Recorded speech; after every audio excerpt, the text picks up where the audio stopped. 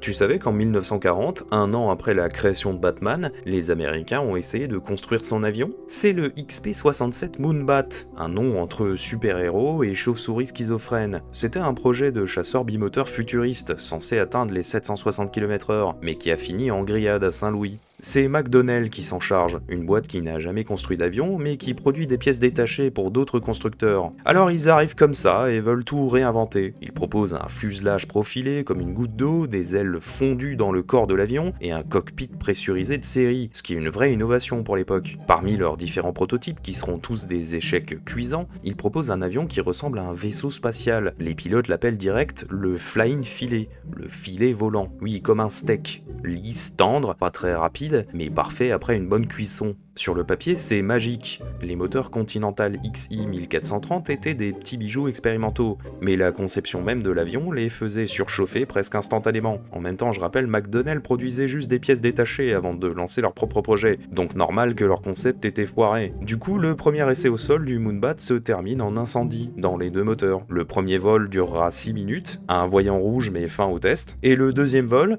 les moteurs crament leur roulement, c'est vraiment pas de chance. Comme si ça suffisait pas, quand le Moonbat décolle sans prendre feu, les performances de l'appareil sont bien en dessous des attentes, 652 km/h au lieu des 760 promis.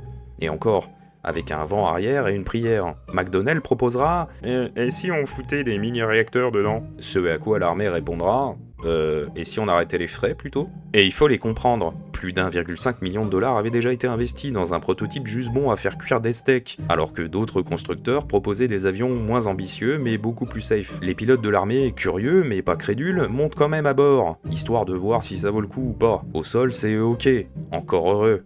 En vol, par contre, ça tangue comme un bateau, ça vibre au moindre virage, et en cas de décrochage, le nez remonte au lieu de piquer. Autant dire qu'ils ont pas insisté. Comparé à un P-51 Mustang, le Moonbat manœuvre comme une brique avec des ailes. Mais c'est pas fini. La conclusion épique de cette histoire se passe le 6 septembre 1944. En vol d'essai, le moteur droit prend feu comme à son habitude. Le pilote, Ed Elliott, qui bosse pour le constructeur, tente de sauver l'avion par tous les moyens, en vain. Comme si l'incendie suffisait pas, le train droit cède à l'atterrissage.